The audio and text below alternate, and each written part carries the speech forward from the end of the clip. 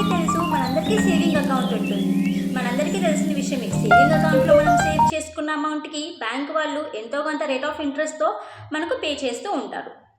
So నాకు ఎలాంటి account కావాలంటే, నేను సేవ్ చేసుకున్న అమౌంట్ ఏదైతే సేవింగ్ అకౌంట్లో ఉందో దాని మీద నాకు ఫిక్స్డ్ డిపాజిట్ మీద వచ్చే ఇంట్రెస్ట్ కావాలి. అండ్ ఆల్సో నేను ఏ టైంలో అయినా సరే ఆ అమౌంట్ని విత్డ్రా చేసుకున్న ఫ్లెక్సిబిలిటీ కూడా కావాలి. అంటే ఈ 2 ఆప్షన్స్తో ఉన్న ఒక బ్యాంక్ అకౌంట్ కావాలి అని మీరు ట్రై చేస్తుంటే ఈ వీడియో మీకోసమే. చివరి వరకు స్కిప్ చేయకుండా చూడండి, ఓకే?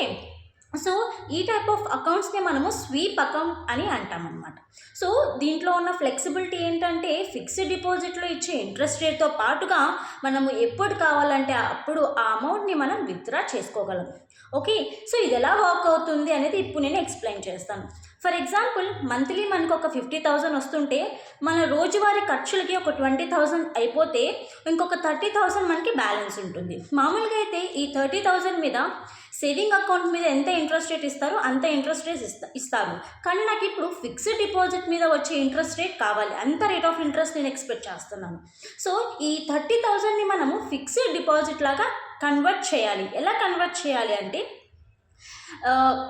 సో మన ఎవ్రీ బ్యాంక్ వాళ్ళకి వెళ్ళి ఎక్స్ప్లెయిన్ చేయాలన్నమాట. ఎలా చెప్పాలంటే, ఒక లిమిట్ పెట్టుకోవాలి.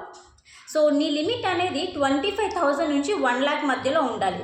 సో ఫర్ ఎగ్జాంపుల్, ఇది వరకు చెప్పినట్టు 50,000 కనుక నీ శాలరీ అయితే 20,000 నువ్వు ఎక్స్పెన్సెస్ పోగా 30,000 ఎక్సెస్ ఆఫ్ అమౌంట్ నీ దగ్గర ఉంది.